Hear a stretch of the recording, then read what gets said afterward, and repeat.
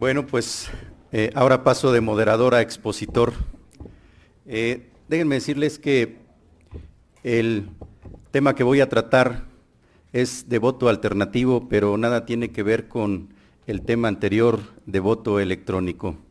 Antes de iniciar mi tema, bueno, quisiera yo agradecer al doctor Jorge Fernández Ruiz su invitación a participar nuevamente en esta cuarta versión del Congreso Iberoamericano de Derecho Electoral, al posgrado en Derecho de la FES Aragón, a la Asociación Iberoamericana de Derecho Electoral y al Instituto Electoral del Estado de México, todas instituciones a las cuales afortunadamente de una u otra manera formo parte. Bueno, iniciamos con el voto alternativo. ¿Qué es el voto alternativo? Déjenme decirles que el voto alternativo pertenece a los sistemas electorales de elección de órganos de gobierno. Recuerden ustedes que un sistema electoral no es otra cosa más que el mecanismo de articulación que permite que los ciudadanos, a través de esa soberanía popular, puedan traducir su voluntad en órganos de gobierno, ya sea legislativos o ya sea ejecutivos. En nuestro sistema electoral mexicano, aplicamos el sistema electoral de mayoría relativa y el sistema electoral de representación proporcional para integrar tanto los órganos de gobierno ejecutivos como algunos órganos colegiados legislativos. Desgraciadamente, muy recientes elecciones han demostrado que nuestro sistema electoral ha tenido un serio desgaste en todo este proceso de aplicación. Pasamos a las siguientes láminas, por favor. La siguiente. Bueno, este desgaste de nuestro sistema electoral aplicado en México nos ha dado como resultado una serie de intenciones de actualizarlo, dentro de las cuales encontramos a la segunda vuelta. ¿Por qué hago referencia a la segunda vuelta y no a todas las demás? La iniciativa preferente, la reelección de legisladores y alcaldes, todas estas iniciativas que han estado presentes en nuestra agenda legislativa nacional. Bueno, la segunda vuelta es prácticamente hermanita del voto alternativo y ahorita le explico por qué.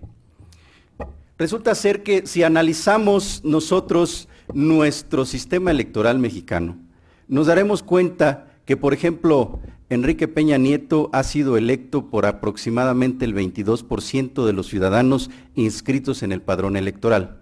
Muchos de los aquí presentes me dirán, no, es que el porcentaje con el cual ganó el hoy presidente es mucho mayor, sí es cierto, pero únicamente de los que participaron, no de los ciudadanos inscritos en el padrón electoral. Y llegamos a aberraciones también como que Felipe Calderón Hinojosa fue presidente de los Estados Unidos mexicanos con cerca del 17% del voto de los ciudadanos inscritos en el padrón electoral.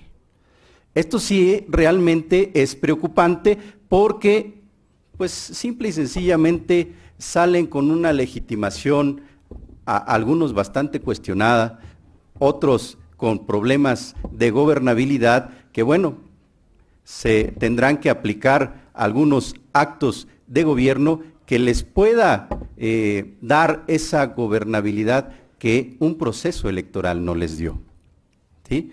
Entonces, es ahí donde entra el voto alternativo. La siguiente, por favor. Hay tres tipos principales de sistemas electorales. El sistema de mayoría, el cual se divide en mayoría relativa y mayoría calificada, el sistema de representación proporcional, que tiene cuatro principales sistemas de asignación de escaños, y el sistema mixto. El sistema electoral de mayoría calificada o absoluta se subdivide a su vez en segunda vuelta y voto alternativo. ¿Qué es el voto alternativo entonces? Bueno, el voto alternativo es tanto como introducir una segunda vuelta dentro de la propia elección constitucional. ¿Cómo sucede esto? Bueno, muy sencillo. El sistema electoral del voto alternativo contempla la facultad del ciudadano de escoger su primera preferencia, segunda preferencia, tercera, cuarta, quinta preferencia, dependiendo el número de candidatos que se hayan registrado para el cargo el cual está siendo postulado en esa elección. ¿Sí? De esta manera, bueno, el conteo es de una forma diferente. ¿Cómo sucede? Al pertenecer al sistema electoral de mayoría absoluta o calificada, este sistema electoral requiere que el triunfador de la lista electoral sea aquel candidato que obtenga el 50% más uno mínimo de la elección, de tal suerte que si ninguno de los candidatos que están participando en ese proceso electoral consiguen este 50% más uno, se hace necesario un conteo diferente. En la segunda vuelta, bueno, la situación se soluciona con que se convoque a otra jornada electoral en la cual únicamente participen los dos candidatos punteros. ¿Sí? Y así se soluciona, porque al ser únicamente dos candidatos, alguno de ellos alcanzará esa mayoría calificada que el sistema electoral requiere. Bueno, el voto alternativo no sucede así, nos ahorra esa organización de esa segunda jornada electoral. Además de que, por lo menos en los países en donde se aplica la segunda vuelta, se ha demostrado que en esta segunda jornada electoral hay un mayor nivel de abstencionismo. Es decir, el ciudadano que acudió en la primera elección difícilmente se va a presentar a la segunda. ¿Sí? Entonces también nos ofrece una desventaja que, contrario al voto alternativo, el ciudadano ya está en la mampara, ya está con su boleta electoral. Por lo tanto, no tiene que regresar, no hay una organización de una nueva elección, se lleva a cabo en la misma jornada electoral.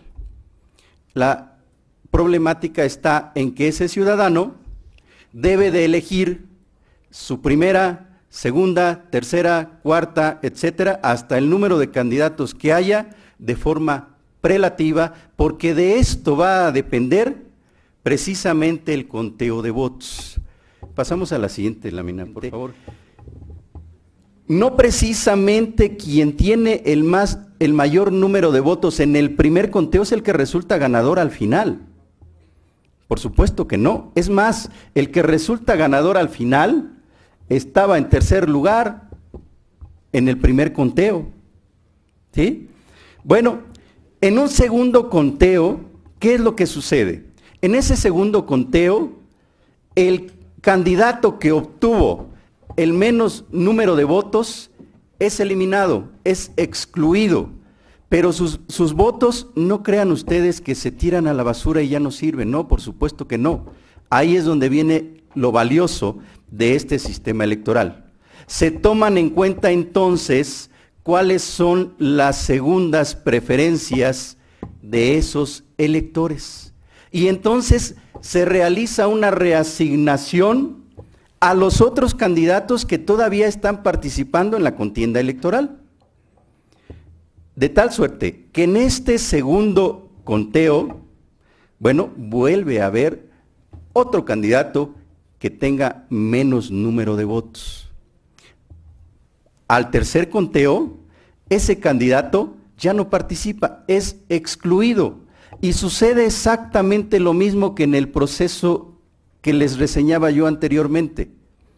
Estos votos vuelven a ser reasignados a los candidatos que todavía están participando en la elección, en las terceras preferencias que marcaron los ciudadanos que todavía está contando su voto. ¿Sí? Y bueno, el proceso continúa de esa manera hasta que, bueno, después de que fueron excluidos la mayoría de los candidatos solo quedan 2. De esa manera se garantiza que el que obtiene el triunfo en este sistema electoral de voto alternativo es el que tiene el 50% más 1 de todos los votos. ¿Qué ventajas no tiene esto? Bueno, nos tiene muchísimas ventajas, porque entonces, desde la campaña, los partidos políticos y los candidatos se ven obligados a realizar acuerdos políticos para entonces atraer las preferencias de otros partidos y de otros candidatos que saben que pueden encontrar el voto de esos electores en segundas, terceras o cuartas preferencias. Esto obliga a los candidatos en campaña a ser más integrales en su oferta política, a ser más incluyentes, no únicamente realizar una oferta política a sus simpatizantes o a aquellos electores cautivos, es decir, lo que aquí en México conocemos como el voto duro. Ya no voy únicamente a tratar de dirigir mi campaña electoral a ese voto duro, a esos ciudadanos que de antemano yo sé que tengo cooptados.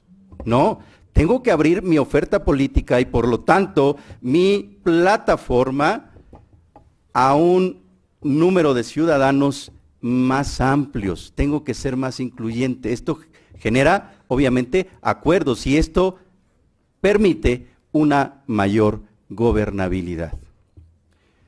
¿Qué cercanía tenemos México con este sistema electoral? Pasamos a la siguiente, por favor. Déjenme decirles que en México, aunque los panistas no sepan que se llama así, en México, en el Partido Acción Nacional, tienen este sistema electoral de voto alternativo en sus elecciones internas. ¿Sí? ¿Cómo lo utilizan? Bueno, pasamos a la siguiente lámina, por favor. Lo utilizan de una manera más sencilla que Australia. No hacen este segundo, tercero, cuarto, quinto conteo. Ellos ahora sí que lo trajeron a México y lo aplicaron a la mexicana. ¿Cómo lo hacen? Muy sencillo. Dividen la boleta electoral en 2 partes. La primera parte incluyen, la primera parte es la azul más oscura, incluyen a todos los candidatos. En este caso nada más quise ejemplificar 4, A, B, C y D. Y en la segunda parte hacen las combinaciones de contraposición que se pueden formar de acuerdo al número de candidatos que aparecen en la primera parte de la boleta electoral. ¿Sí? A con B, A con C, A con D, B con C, B con D y C con D. Aparecen todos confrontados. De tal suerte que si una vez realizado el conteo de la primera parte de la boleta, ninguno obtiene ese 50% más 1 requerido por este sistema electoral, pues entonces se pasa al conteo de la segunda parte, pero no de toda, sino únicamente de aquella en donde aparecen los 2 candidatos punteros. En el ejemplo que yo estoy, hipotético que estoy manejando, suponemos que el candidato B y el candidato B, el candidato D son el primero y segundo lugar. Por lo tanto, no necesito contar los demás partes de la segunda parte de esa boleta electoral. Únicamente me voy a donde aparecen confrontados B y D. Y entonces realizo en este único segundo conteo cuántos votos obtuvo B y cuántos D, de tal suerte que ahí garantizo que tenga el 50% más 1. Así lo maneja el Partido Acción Nacional en sus internas, desde ya hace varios años. Les vuelvo a repetir, a lo mejor no sabían ni siquiera que se llamaba así, ¿no? Y quizás tampoco saben ni de dónde viene. Así alguien que andaba, yo creo que de paseo por Australia, se lo trajo y lo acopló aquí a México. Bueno, hay una, la siguiente por favor, hay otro acercamiento a este sistema electoral de voto alternativo, ya como una iniciativa de reforma y adición a 9 artículos del Código de Instituciones y Procedimientos Electorales para el Distrito Federal, presentado en noviembre del 2012 por el diputado Andrés Sánchez Miranda. Este diputado en su exposición de motivos, obviamente, pues también maneja como ejemplo Australia y nos hace toda una descripción que es muy similar a la que les acabo de referenciar. Y al final, en la modificación de estos 9 artículos del Código de Instituciones y Procedimientos Electorales para el Distrito Federal, lo que hace es exactamente la misma forma en que se procede a realizar el conteo que en Australia, igualito. Y la propuesta que hace es únicamente para jefe de gobierno y jefes delegacionales. Recuerden ustedes que el Distrito Federal, para los que no son de México, el Distrito Federal tiene una naturaleza jurídica sui generis, no es Estado. Por lo tanto, ni tiene constitución política, ni tiene gobernador, ni tiene alcaldes, ni tiene cabildos, ni ayuntamientos, ni municipios, ni nada por el estilo.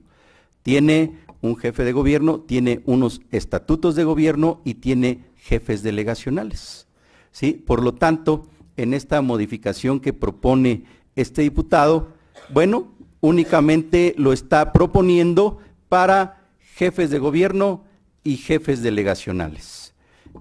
Bueno, ¿cuáles son las ventajas? La siguiente, por favor. Las ventajas de este sistema electoral de voto alternativo, como ya se los había adelantado hace un momento, es que permite y en algunas circunstancias obliga a los actores políticos que intervienen en los procesos electorales a generar acuerdos políticos, a ser más abiertos en sus ofertas políticas, a llevar a cabo campañas electorales más incluyentes, a realmente tomar en cuenta a el mayor número de ciudadanos. ¿Por qué razón?